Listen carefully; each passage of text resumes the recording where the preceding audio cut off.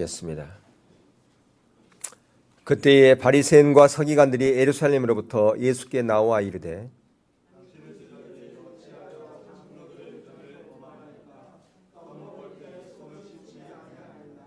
대답하여 이르시되 너희는 어찌하여 너희의 전통으로 하나님의 계명을 범하느냐?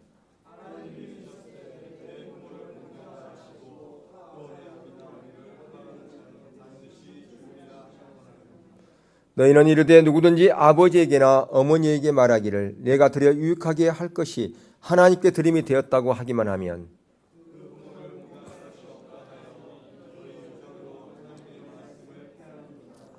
이 시간은 자들아 이사야가 너희에게 관하여 잘 예언하였도다. 일러스되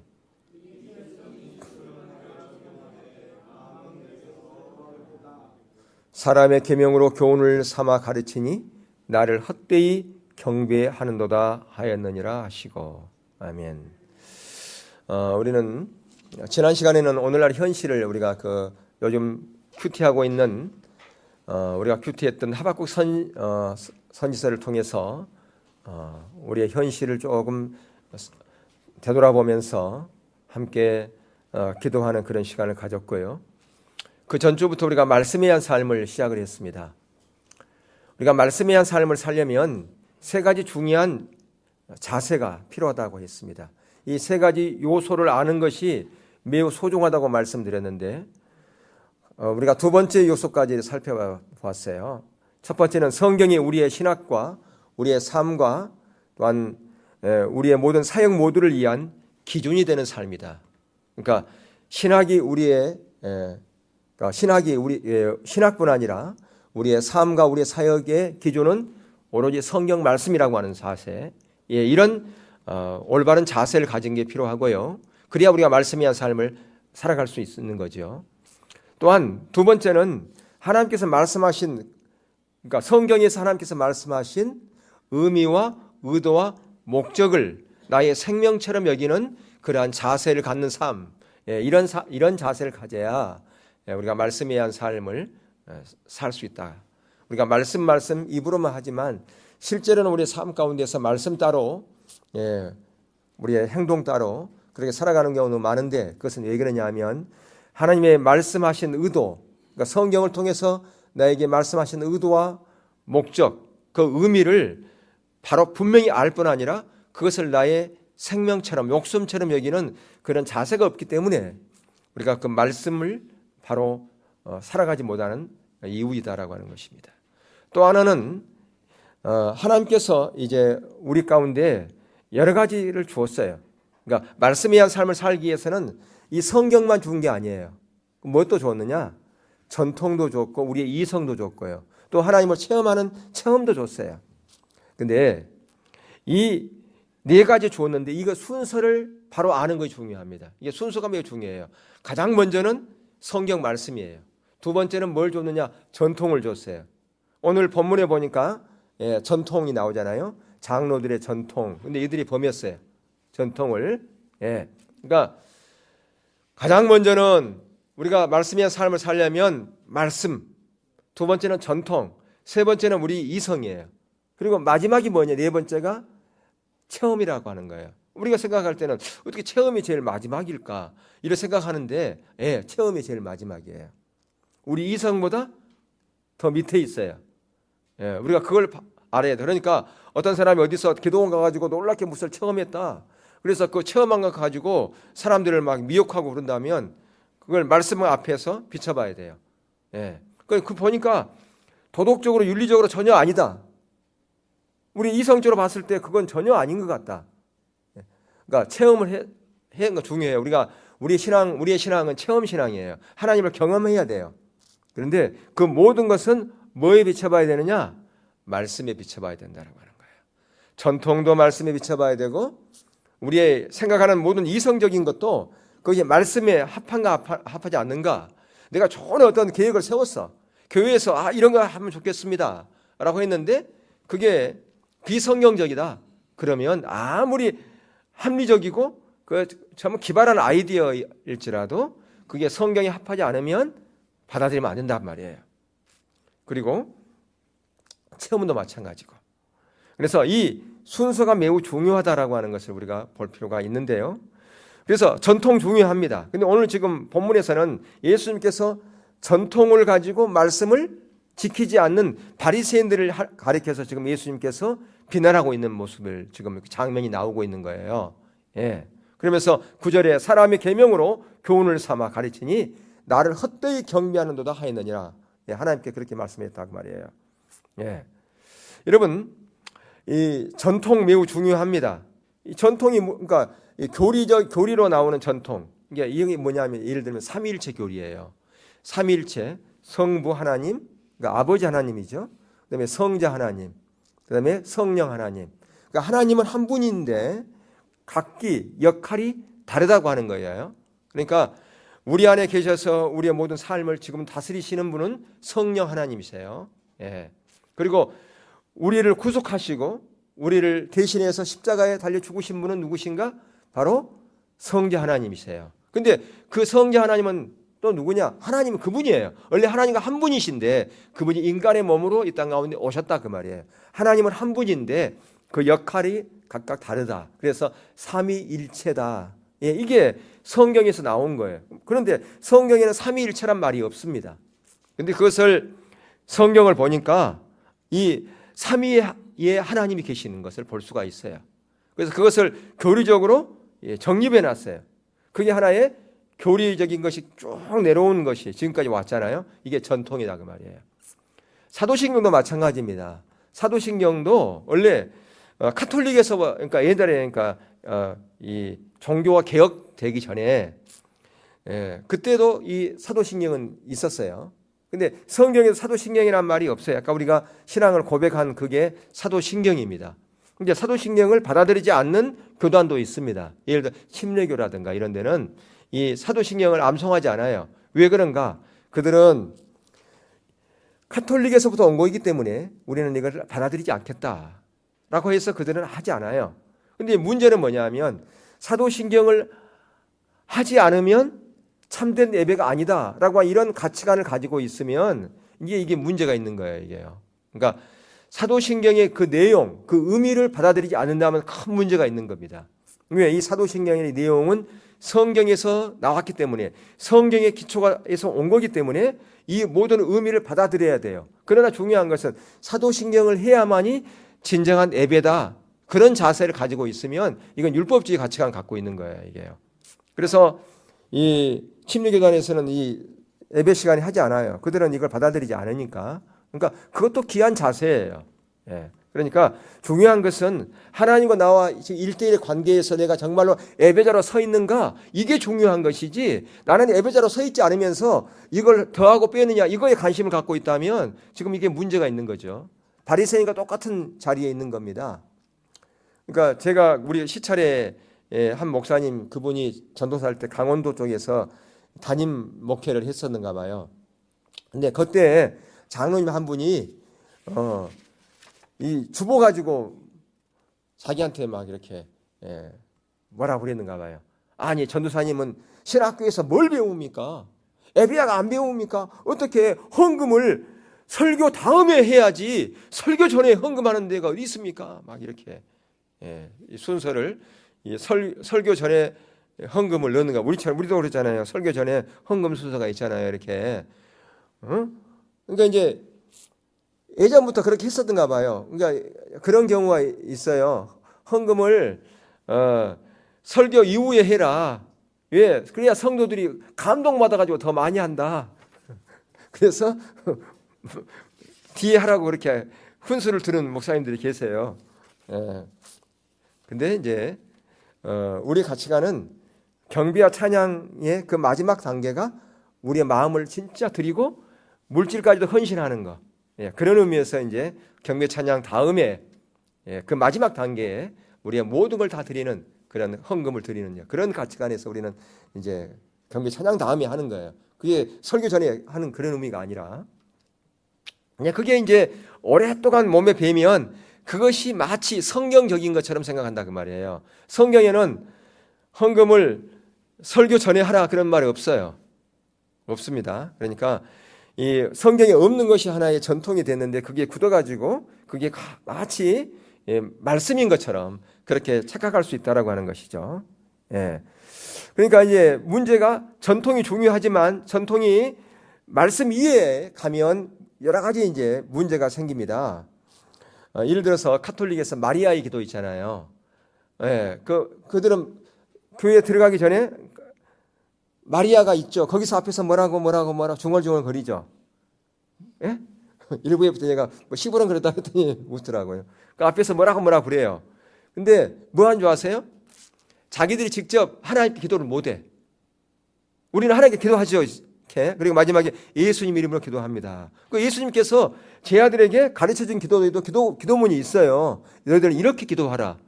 성경이 있잖아요. 이렇게 기도하라고 그랬단 말이에요. 하나님께 직접 하라고. 근데 카톨릭에서는 우리가 어떻게 감히 하나님께 직접 기도하냐. 근데 우리가 기도한 것보다도 더 기도빨이 좋은 게 있다. 그랬어요. 뭐냐? 마리아가 기도하면 훨씬 기도빨이 좋대요. 그러니까 그들이 앞에서 들어가기 전에 뭐라고 하죠. 그 뭐냐? 마리아가 기도한 게 아니에요. 마리아에게 부탁하는 거예요. 내가 이런 문제가 있는데 이 기도를 마리아 당신이 하나님께 좀 대신 얘기해 주세요. 그거 하고 있는 거예요. 그래야 훨씬 더 우리가 직접 기도한 것보다도 기도의 응답이 있다는 거예요. 웃기는 거죠. 근데 그게 오랫동안 전통으로 내려와 가지고 그게 성경 이해에 가 있는 거예요. 그게 이제 성경적인 게 돼버렸다 그 말이에요. 그러니까 이런 문제가 이 전통이 하나의 전통이 성경 이해에 올라가 버렸다라고 하는 것을 볼 수가 있어요. 오늘 이제 본문에도 보니까 예수님께서 너희들의 장로 거기 보세요. 당신의 제자들 지금 바리새인들이 예수님을 뭐라 부르는 거예요. 왜? 손 안 씻었다는 거예요. 뭐냐? 밥 먹기 전에는 손을 씻어야 되는데 당신의 제자들은 손을 안 씻었다. 그러니까 손을 씻어야만이 그것을 하나님 앞에 합당하다라고 하는 거예요. 그게요. 그러니까 이게 하나의 전통이었어요. 근데 지금 당신들은 떡을 먹을 때 손을 씻지 아니했다. 장로들의 전통을 범하지 않았다. 그러니까 예수님께서 그런 거예요. 이거 손 씻고 먹고 손 안 씻고 먹는 이것보다 더 중요한 전통은 당신들이 범하고 있었다. 무슨 전통을? 더 큰 전통을 범하고 성경을 당신들의 전통을 지킨다고 하면서 하나님의 말씀을 지키지 않으면서 이것은 성경적인 것이 아니야. 이건 아무런 의미가 없어. 손을 씻고 밥 먹든 손을 씻지 않고 밥 먹든 그것은 문제가 안 되는데 당신들은 정말 엄청난 것을 지금 범하고 있어. 전통 지킨다고 하면서 그게 뭐였어요? 지금 부모를 공경하라고 그랬단 말이에요. 근데 부모를 공경하는 것은 뭐까지 포함되느냐? 부양하는 것까지 포함된 거예요. 여러분 10계명에 보면 부모를 공경하라고 그랬어요? 하지 말라고 그랬어요? 부모를 공경하라 그랬단 말이에요. 근데 부모를 공경하는 것은 부양의 의무까지도 있는 거예요. 근데 그 당시에 뭐라고 이제 이 전통에 내려왔냐 그러면 부모에게 드릴 돈을 하나님께 드립니다라고 하면 부모를 공경 안 해도 돼요. 부모를 부양 안 해도 됐단 말이에요. 이게 전통으로 내려왔어. 근데 이 전통이 왜 생겼는가? 성전을 건축하려고 그러면 건축비가 엄청나게 들잖아요. 성전 건축하려고 그러면. 그래서 어떻게 하면 성전 건축을 많이 하려고 할까 생각하다가 아이디어를 낸 거예요. 부모에게 하는 거 그거 하나님께 내라. 그러면 부모 공경 안 해도 된다. 그러니까 부모 공경하기 싫은 사람들이 너무 좋은 거예요. 그러니까 하나님께 나는 들었습니다. 나는 건축원금 들어서 하나님께요. 부모 공경 안 해도 됩니다. 이렇게 해서 생겨난 거예요, 이게. 근데 이게 오랫동안 내려다 보니까 이게 마치 성경적이 돼버린 거예요. 성경 이해 가버린 거라 그 말이에요. 그러니까 예수님께서 너희들은 더 큰 전통, 그러니까 너희들이 가진 전통을 가지고 하나님의 말씀을 폐하고 있는데 이 조그마한 거 가지고 지금 전통을 지켰느냐 안 지켰느냐 가지고 지금 시시비비를 가리고 있느냐라고 그렇게 지금 예수님께서 바리새인들을 향해서 비난하고 있다라고 하는 것이에요. 그러면서 7절에 예식하는 자들아 이사야가 너희에게 가나에 잘 예언하였도다. 이르시되 이 백성이 입술을 나를 공경하되 마음은 내게서 멀도다. 그러니까 실제로 그들은 하나님의 말씀을 어기고 있는 거예요. 부모를 공경하지 않는 거예요. 그러면서 사람의 계명으로 교훈을 삼아 가르치니 나를 헛되이 경배하는다. 그러니까 사람의 그 교훈을 통해서 그 전통 만들어 가지고 지금 하고 있잖아요. 근데 그것은 실제로는 성경 말씀에 부모를 공경하라고 그랬는데 부모를 공경하지 않으니까 하나님의 말씀을 지키지 않는 거고, 그것은 바로 하나님의 말씀을 지키지 않는 것이기 때문에 하나님께 그들이 아무리 예배를 건사하게 드린다 할지라도 그것은 헛된 예배를 드리고 있는 것과 같다라고 하는 것이죠. 그것을 지금 지적하고 있다라고 하는 것이에요. 예, 그래서 우리가 이 신학적인 어떤 주장들, 예, 그러니까 신학적인 주장들, 이게 바로 교리죠. 삼일체 교리라든가 이런 것들이요. 예, 이게 중요해요. 근데 이것이 마치 성경을 악화시킬 수 있다 그 말이에요. 왜 그런가? 말씀의 기초가 안 되면 그것은 신학이 아니라 뭐가 되어버리냐? 인학이 되어버려, 인간학이 되어버린 거예요. 아까 지금 부모에게 공경할 것을, 그것을 대신 내가 하나님께 드리면 됩니다라고 이렇게 만들어가지고 전통을 내려오는 것은 이건 신학이 아니에요. 그러니까 전통이라고 하는 것은 신학을 얘기하는 것, 신학. 삼위일체 교리라든가 이게 신학입니다. 그러니까 이게 중요한 거예요, 이게요. 예. 그러니까 아무리 내가 놀라운 체험을 했다 할지라도 이게 신학적인가, 우리 교리에 빗대봐야 돼. 교리에 맞는가 안 맞는가. 그러니까 이 전통이 말씀 다음에 온 거라 그러면, 이게 전통은 하나의 교리를 얘기하는 거예요. 신학을 얘기하는 거라고 말이에요. 예, 우리 이성보다도 앞선 거예요. 근데 그 신학이 잘못되어지면 지금 이 바리새인들이 가지고 있는 이 전통, 예, 이런 것은 신학이 아니라 인학이 돼버려요. 인간학이 돼버린다 그 말이에요. 예, 그래서 우리가 이러한 부분에 있어서 정말 모든 부분들을 성경에 검증해 볼 필요가 있다라고 하는 것입니다. 교회에 비성경적인 전통들이 있는 것인지, 예, 그것을 우리 정말 봐야 돼요. 그걸 볼 수 있는 눈이 있어야 돼요. 그리고 그것을 분석하고 비평하고 대안을 제시할 수 있는 그런 이치까지 저와 여러분이 가야 된다고 하는 것입니다. 그래야 우리가 온전한 말씀 위에 설 수가 있고 말씀에 의한 삶을 살아갈 수가 있는 거예요. 너무나 오늘날 많은 사람들이 말씀에 의한 삶을 못 사는 이유가 모르는 거예요. 신학적인 것도 모르고 교리적인 것도 모르고 무엇이 참다운 진리인지 무엇이 거짓인지도 잘 몰라요. 그러니까 저기 어디에 저기 구원파라든가 뭐 이런 데서 뭐 이렇게 책 팜플렛 나눠주면 읽어보고 막 감동돼가지고 뭐 이거 좀 복사 좀 해주세요. 좀 나눠 가질게요. 가지고 왔어요 예전에 한번. 그분이 오랫동안 교회 다녔던 그런 분인데 너 감동된다고 보니까 구원파에 준 거예요. 제가 보기엔 딱 아닌 거예요. 근데 그거 복사해 달라고 가지고 왔어. 너무너무 감동된다고. 예. 구역 예배에서 나누겠다고. 그분이 구역장이었는데. 여러분들 그럴 수 있다 그 말이에요. 예. 그러니까 이 전통이 성경 밑에 있어야지 성경 위에 올라가면 여러 가지 문제가 발생합니다. 어떤 문제가 발생하느냐? 하나님의 말씀을 어길 수 있어요. 그러니까 이 전통이 옳은 줄 알고 했는데 그게 말씀 위에 가서 있으면 말씀을 어길 수가 있는 거고 성령을 항상 대적하게 돼 있습니다. 그리고 하나님의 행하심을 보지 못하고 예배가 타락하게 돼 있어요. 자, 그러면 어떻게 하나님의 말씀을 어기게 되느냐? 오늘 우리가 본문에서 예수님은 당시 바리새인들이 그들이 신앙으로 내놓은 전통 몇 가지 규례와 규칙 그것을 잘 이해하고 그걸 지키면 그것이 참다운 신앙이라고 생각을 했단 말이에요. 그것이 참다운 내가 신앙생활을 하고 있다고 자부했다 그 말이에요. 그러니까 아까 부양하는 그런 의미도 마찬가지잖아요. 예. 이렇게 자기들이 잘 하나님의 말씀대로 산다고 하는데 실제로는 하나님의 말씀을 지키지 못하고 그들은 지금 내가 하나님께 드립니다 라고 하고 부모를 공경하지 않으면 된다고 생각했는데 실제로는 뭐예요?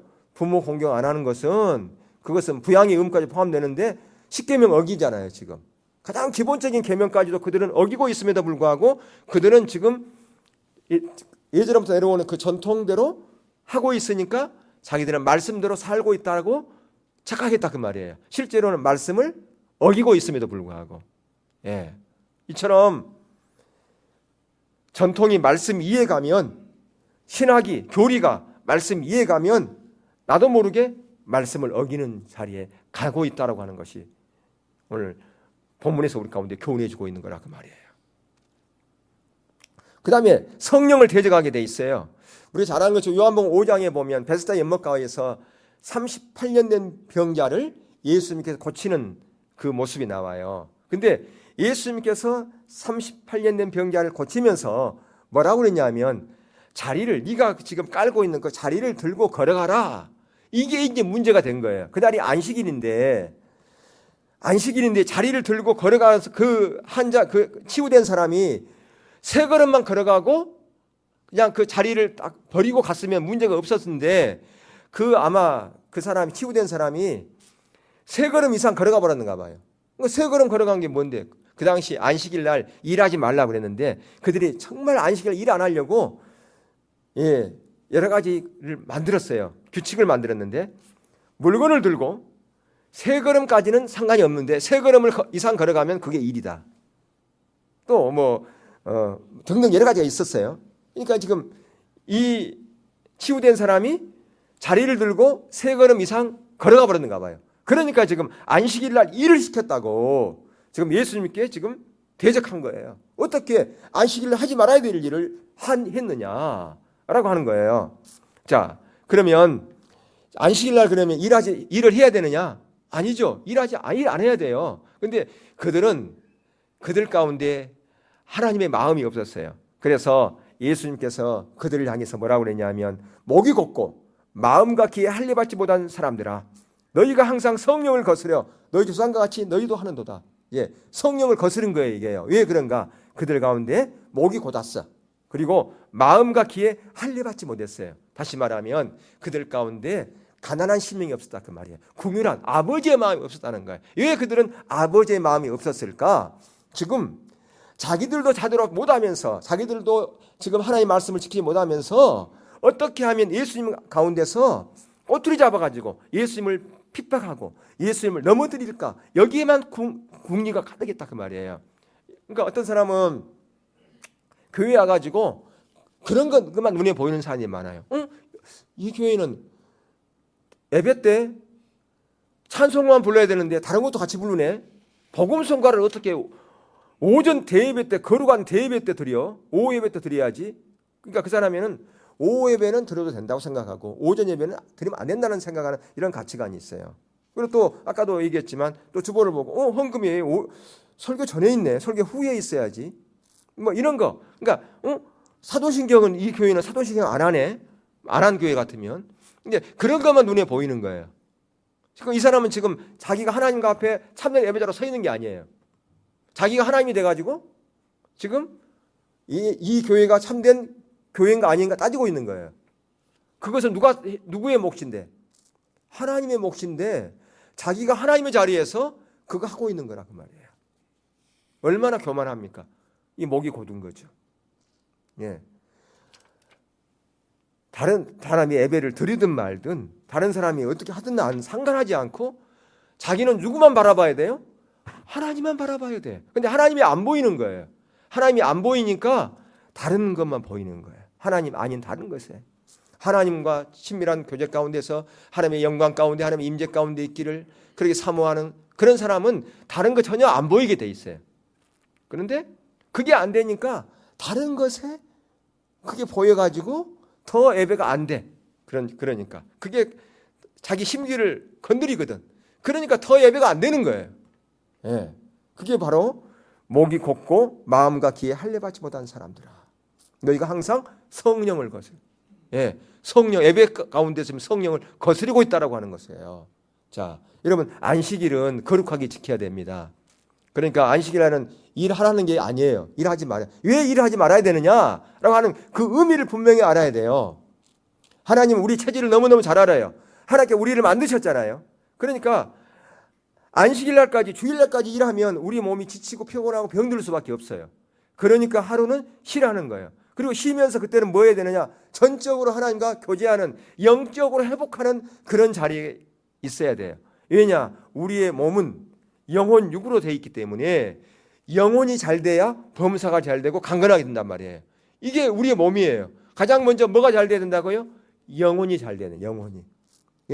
영혼이 잘 안 되고 건강하면 무슨 의미 있어요? 영혼이 잘 안 되고 범사가 다 잘 되고 뭐 만사형통하고 부자 되고 권세 뭐 이런 출세 성공 그런 길을 아무리 간다 할지라도 영혼이 안 되면 그 사람은 결국 어디에 가는데 지옥 가잖아요. 그러니까 가장 먼저는 우리의 영혼이 잘 되는 거예요. 그래서 하나님께서는 안식일 날 하나님과 교제하는 영혼이 잘 되는 그런 날을 만들어놨단 말이에요. 그리고 그것은 결국 누구를 위한 것인가? 우리를 위한 거예요. 저와 여러분을 위한 거예요. 사람을 위한 거예요. 사람을 치유하고 회복하기 위해서 안식일이 있는 거라 그 말이에요. 그러니까 지금 안식일 날 38년 동안 그 질병으로부터 억압받고 있는 그 사람, 질병으로 억압받으니까 모든 사람이 다 따라왔을 거 아니겠어요? 사람으로부터 학대받고 사람들로부터 무시받고 그런 자리에 있는 자가 안전한 자유함을 얻었어요. 치유되고 회복됐어요. 얼마나 기쁩니까? 그게 안식일의 의미예요.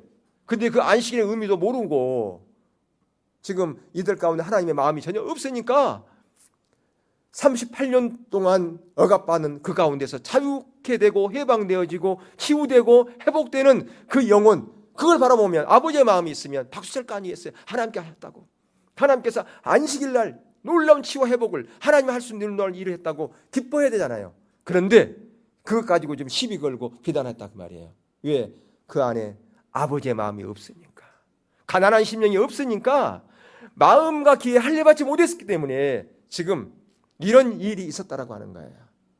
이게 바로 뭐냐? 성령님께서 하신 일을 지금 거역한 거라 그 말이에요. 그렇게 그 일들은 누가 하신 것인데? 성령님이 하신 거라 그 말이에요.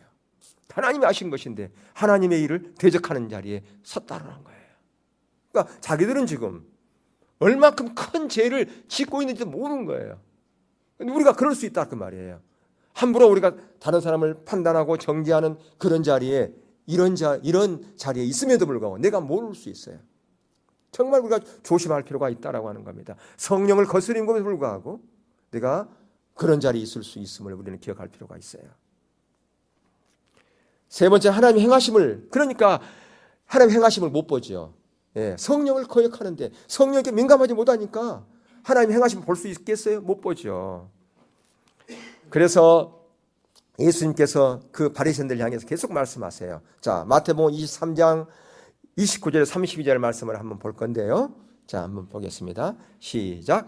하이슬린지어 예시가는 서기관들과 바리새인들이여, 너희는 선지자들의 무덤을 만들고 의인들의 비석을 꾸미며 이르되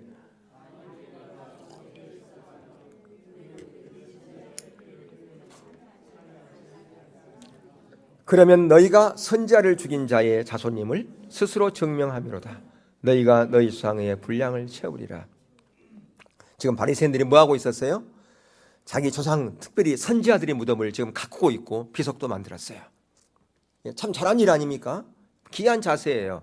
그러면서 그들이 뭐라고 그랬냐면, 우리가 그때 있었으면 우리가 이사야 선지자도 죽이지 않았고, 에레미야 선지자도 우리가 핍박하지 않았을 텐데, 우리 조상들이 그렇게 잘못한 거 용서해 주세요 하면서 그들이 그렇게 하고 있었어요.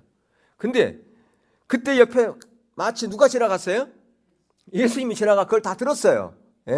그러면서 예수님께서 그들 향해서 이렇게 얘기했어요. 그들의 이러한 행동이 그들의 조상의 자손임을 스스로 증명하는 행동이라 그렇게 말하면서, 조상들이 못다한 양을 채우라 그러면서 뭐라고 그들에게 욕을 했느냐? 그러니까 욕을 하면 욕 이상하지만 그들에게 했느냐 하면 뱀들, 독사의 새끼들이라고 그렇게 신랄하게 그렇게 비판을 쏟아냈어요. 자, 왜 그랬을까? 왜 그랬을까요? 그들이 예식했기 때문에. 실제로는 그들은 하나님 말씀대로 지금 잘 살고 있다고 생각했어요. 올바른 신앙 가운데 있다고 생각을 했었어요. 근데 그들은 똑같이 에레미야 시대 이스라엘 그 남유다 백성들이나 그다음에 이사야 시대의 북쪽 이스라엘 백성들이나 똑같은 자리에 있었다 그 말이에요. 오히려 더했으면 더했지, 덜 하지는 않았다 그런 거죠. 그러니까 그들의 뭘 보고 예수님께서 이렇게 말씀하셨느냐? 그들의 열매를 보고, 그들의 열매. 그들은 입술로는 그렇게 했지만 그들의 삶 가운데서는, 아까도 말씀드렸지만 보세요. 성경에 부모를 공경하라고 그랬잖아요. 부양의 책임이 있어요. 근데 부양하기 싫으니까 이거 하나님께 드립니다 라고 돈 조금 내놓고 부모 공경 안 하는 거, 부양 안 하는 거예요. 그러니까 그들은 하나님의 말씀대로 산다고 하는데 실제로는 전혀 하나님의 말씀대로 안 사는 그런 것들이 너무너무 많다 그 말이에요. 그들의 삶의 열매가 하나님의 기준에, 하나님의 말씀에 합하지 않는 것들이 너무너무 많았다 그 말이에요. 그러니까 지금 그들을 향해서 뱀들, 독사의 새끼들이라 그렇게 얘기한 거죠. 근데 실제로 자기 조상들은 선지자만 죽였지만 이들은 지금 누구를 죽입니까? 예수님을 죽이잖아요. 예수님을 핍박하고 예수님을 급기야는 십자가에 못 박아 죽이는 일까지 했다 그 말이에요. 왜 그럴까요? 그들의 영적인 눈이 가려져 있기 때문에 그래요. 예. 왜? 전통이 자기들이 갖고 있는 그 교리와 그 신학이 말씀 이에 있기 때문에 이런 일들이 생겨난다 그 말이에요. 이게 무서운 거라 그 말이죠. 그러니까 전통 중요합니다. 신학 중요해요. 근데 그 신학이 말씀 이에 가버리면 문제가 생긴다라고 하는 것을 우리가 기억할 필요가 있습니다. 그래서 우리가 교단법도 중요해요. 그러나 그 교단법도 말씀 위에 올라가면 안 되는 거예요. 말씀 밑에 있어야 되고, 우리는 장로교이기 때문에 칼빈의 그런 5대 교리라든가 이런 신학 이런 부분이 있는데 그 칼빈의 그 부분도 말씀 위에 올라가면 안 돼요. 말씀 밑에 있어야 되고. 그러니까 전통적으로 내려오는 어떤 목회 방식이라 이것도 중요하지만 그것이 말씀 위에 올라가면 문제가 생기는 거예요. 그러니까 아까도 뭐 한 예를 내가 들었습니다만은 이 헌금 순서 이거 가지고 막 이렇게 따지고 그러잖아요. 거기에 목숨을 걸고. 왜? 기존에 내려온 모든 전통이 말씀 위에 가 있기 때문에 그런 현상들이 나타난다고 하는 거예요. 우리의 예배 형태도 마찬가지입니다. 이게 성경에는 어떤 형태로 예배드리라고 나와 있지가 않아요. 그렇죠? 근데 중요한 것은 어떤 예배 형태가 가장 하나님 앞에 합당한 건가? 그리고 예배 형태가 우리 가운데 잠깐 보여준 예배 형태가 하나 있어요. 그건 어디가 있느냐? 요한계시록 4장과 5장에 있어요. 하늘나라의 예배. 그렇죠? 또 하나는 다윗의 항막.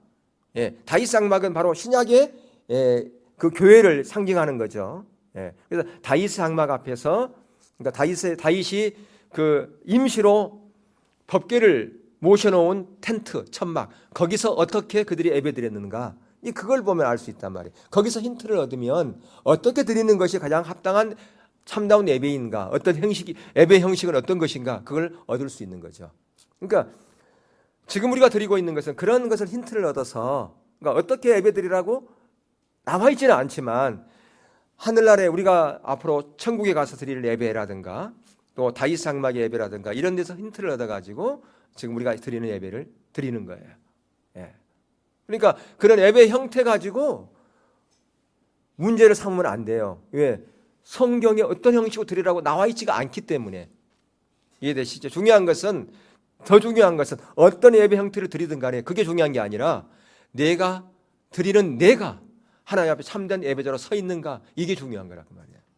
내가 참된 예배자로 안 서 있으면서 예배 형태 아무리 훌륭한 예배 형태의 예배를 드린다 할지라도 그것은 아무런 의미가 없어요. 정말 우리가 드리는 예배 형태가 참된 예배 형태다. 이게 스탠다드다. 그랬는데 거기에 참여하는 회중이 참된 예배자로 안 서 있으면 그 예배에 무슨 의미가 있겠어요? 꽝이지. 그렇지 않아요? 예. 그러니까 중요한 것은 예배 형태가 중요한 게 아니라 드리는 예배자가 중요한 거예요. 내가 하나님 앞에 어떤 자세로 예배 드리는가. 이게 중요하다라고 하는 겁니다. 그러니까 우리는 너무나 많이 이 주객이 전도되는 거예요. 뭐가 핵심인지 그걸 놓치고 신앙생활하는 경우가 너무나 많습니다. 그래서 그 핵심적인 것 아닌 다른 것에 목숨 걸고 있는 사람이 너무 많아요. 왜 그럴까? 내가 그 핵심에 없으니까 그러는 거예요. 핵심에 있는 사람은요, 그런 변두리에 관심 갖지 않아요. 변두리적인 거예요. 예. 그러니까 예전에 처음 교회에 우리가 개척할 때는 십자가 없었거든요. 원래 우리 교단은 십자가를 이걸 달지는 않아요. 왜? 이게 또 하나의 우상이 된다고. 그래서 그냥 총회 때 띄기로 했어요. 왜 우리는 붙였느냐? 이게 우리는 우상으로 안 보니까. 그러니까 처음 개척할 때 이걸 안 달았거든요. 그랬더니 예배드리러 온 어떤 분이 시비 걸었어요. 교회에 십자가가 없냐고. 한참 설명을 또 했었죠.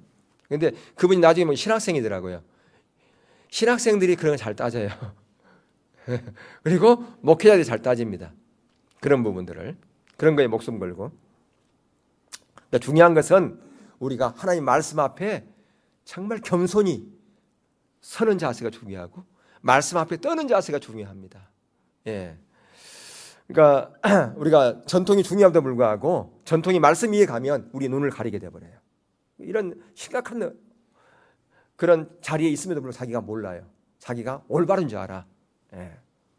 그리고 이런 전통을 말씀보다 앞세운 사람들이 보면 어디 가서 신학적인 논쟁하면 밤새웁니다. 밤새도록 논쟁해요. 여러분 해보셨어요? 제가 옛날에 해봤거든요. 밤이 새더라고요.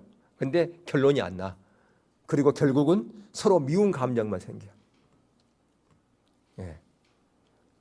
하나의 궁유한 마음이 없으니까 그렇다고 말이에요.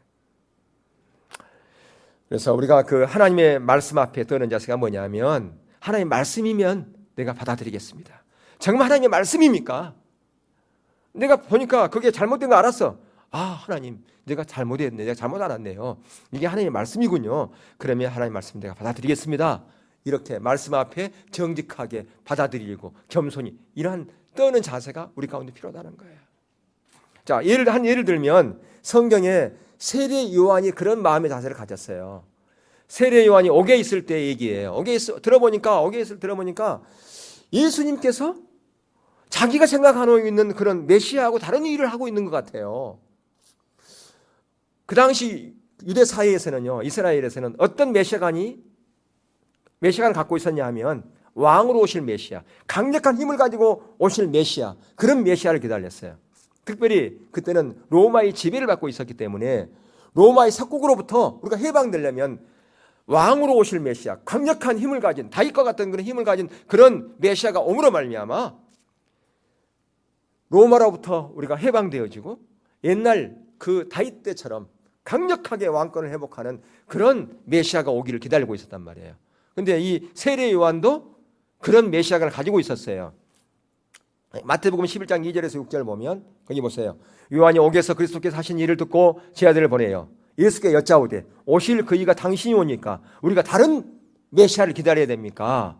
그렇게 물어봤다 그 말이에요. 하도 이상하니까. 예. 그러니까 예수님께서 뭐라고 말씀하시냐? 너희 가서 듣고 보는 것을 요한에게 알리되 맹인이 보며 못 걷는 사람이 걸으며 나병 환자가 깨끗함을 받으며 못 듣는 자가 들으며 죽은 자가 살아나며 가난한 자에게 복음이 전파된다 하라. 누구든지 나로 말미암아 실족하지 않은 자는 복이 있도다. 자, 보세요. 여기 중요한 말씀이 계속 나오는데 지금 이 4절 이하의 말씀은 어디에 나오는 것인가? 이사야의 고난의 종으로 오실 메시아에 대한 부분이 예언되어 있어요.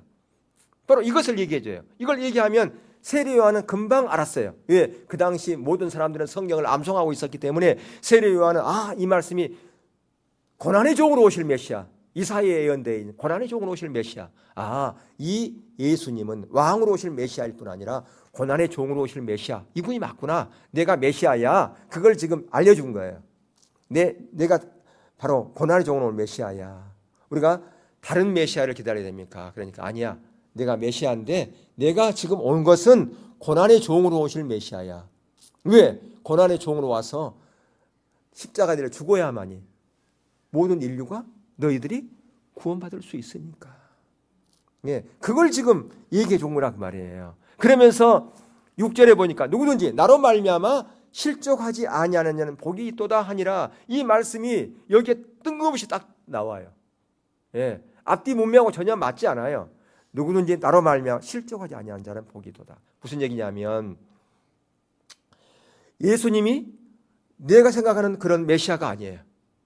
그러니까 바리새인들은 자기들이 생각하는 메시아가 아니니까 예수님을 대적했잖아요. 그러니까 어떻게 해요? 실족했잖아요. 근데 세례 요한은 말씀 앞에 떠는 자세가 있었어요. 겸손함이 있었어요. 그 물어봤잖아요. 그러니까 알았어요. 예수님은 고난의 종으로 오신 메시아구나. 그러니까 그런 말씀 앞에 떠는 자세가 있으니까 실족해요, 안 해요? 실족 안 하죠. 그러니까 6절에 누구든지 나로 말미암아 실족하지 아니하는 자는 복이 있다. 그렇게 말씀하셨다는 말이에요. 예, 바로 우리가 그런 자리에 있어야 된다고 하는 것이에요. 그렇게 하나님 앞에 말씀 앞에 떠는 자세. 더 하나는 우리가 말씀이 한 삶을 살려면 이미 살펴봤지만 정말 담대함이 있어야 돼요. 여호수아 여러분 1장에 보면 6절에서 9절까지 그 짧은 구절에 담대하란 말을 8번이나 강조하고 있어요. 여호수아는요 전쟁터에 가장 앞장섰던 장군이었어요. 그리고 그 이스라엘을 그러니까 가나안 땅을 정탐할 때 갈렙과 함께 긍정적인 반응을 보였던 사람이에요. 그들은 우리의 밥이다. 당장 들어가자. 예, 아주 담대한 사람이었어요. 용기가 대단한 사람이었어요. 믿음이 대단한 사람이었어요. 그런데 여호수아 1장 6절에서 9절에 그 짧은 구절에 담대하란 말을 8번에 강조하고 있는 것은 뭐냐면 우리가 말씀에 의한 삶을 살려면 정말 담대해야 된다고 하는 것입니다. 하나님의 기준 가운데 살려면 담대함이 없이는 그렇게 할 수가 없어요. 아이고 그렇게 살아. 예 그렇게 다른 사람으로부터 이상한 말 들을까 봐서 조금 비껴가고 예. 예배 우리가 드리는 데 있어서도 마찬가지. 이게 정말 하나님이 드리는 하나님이 원하는 참된 예배라고 그렇게 하는데 그거에 대해서 사람들의 반응이 좋지 않거나 다른 일부의 사람들이 뭐라 그러면 좀 비껴가고. 그러니까 예전에 한 몇 년 전에 오래전입니다만은 우리 총회에서 이 주보를 다 거둬오라고 하는 그런 공문이 내려왔었어요. 우리 하지 않았지만 주보를 내라는 거예요. 뭐 하려고 그랬느냐? 우리는 장로교인데 장로교 색깔이 없는 그런 교회 색출하기 위해서 그렇게 했던 것 같아요. 예. 근데 그런다고 해가지고 우리가 이런 길을 안 가고 다른 길로 간다 그러면 그것은 말씀 앞에 떠는 자세가 아니고 담대함으로 나가는 게 아니라 그 말이에요. 그러니까 우리가 신앙생활 하면서 있어서 하나님의 기준이라면 아까 하나님께서 말씀하신 의도와 의미와 목적 거기에 우리의 생명을 걸어야 되잖아요. 근데 사람들로부터 좋은 평가받기 위해서 또 나의 어떤 잠시만 어떤 유익을 얻기 위해서 말씀하고 비껴서 그렇게 한다고 하는 것은 그것은 담대함이 아니란 거예요. 그러니까 정말 우리가 말씀대로 살려면 우리가 뭐가 필요하다고요? 담대함이 필요하다는 거예요. 타협하지 않는 거예요. 그래서 담대함이 필요한 거죠. 그래서 8번이나 담대하라고 하는 거예요. 무슨 얘기냐? 타협하지 말아라 그 말이에요. 말씀에 의한 삶을 살려면 타협해서는 안 돼. 말씀에 의한 살려면 세상 보지 말아야 돼. 말씀대로 살려면 사람의 평가 소중히 여기면 안 돼. 그거 얘기하고 있다 그 말이에요. 그러면서 우리 가져야 될 자세는 예수님은 멀리 계신 분도 아니에요. 우리 안에 계신 성령님이에요. 성령님이 우리 안에 계셔서 우리의 삶을 지켜보고 계신다고 하는 사실을 우리는 기억할 필요가 있어요. 하나님은 저 멀리서 보는 게 아니라 우리 안에 계신다고 하는 사실을 기억할 필요가 있다는 말이에요. 그리고 우리가 이 땅에 살아가는 삶은 여러분 영원할 것 같습니까? 영원하지 않습니다. 여러분의 인생 몇 년 남은 것 같아요? 한번 계수해 보세요. 여러분의 인생이 100년까지 산다고 생각하고 물론 100년까지 살면 좋지만 여러분 100년까지 사세요. 주님을 축복합니다. 100년까지 산다 할지라도 몇 년 남은 것 같습니까? 남은 그 이후에는 하나님 앞에 우리의 삶을 결산할 텐데 하나님께서 네 하나님 말씀대로 담대하고 살라고 그랬는데 너 잠깐의 유익을 위해서 잠시 너 비껴갔구나. 그런 책망 듣지 않아야 되지 않겠습니까? 그래서 우리가 하나님 말씀 앞에 오직 담대함, 아무리 어떤 조롱이 오고 핍박이 온다 할지라도 우리가 우리 신앙을 혼합해서는 안 된단 말이에요. 혼합주의 신앙으로 만들면 안 된다는 말이에요. 정결한 그리스도의 신부로 우리가 준비되어져서 주님이 오신 그날 주님 제가 여기 있습니다. 그렇게 하나님 앞에 주님 앞에 담대히 나아가는 저와 여러분 되어줄 수 있기를 주의 이름으로 축원합니다.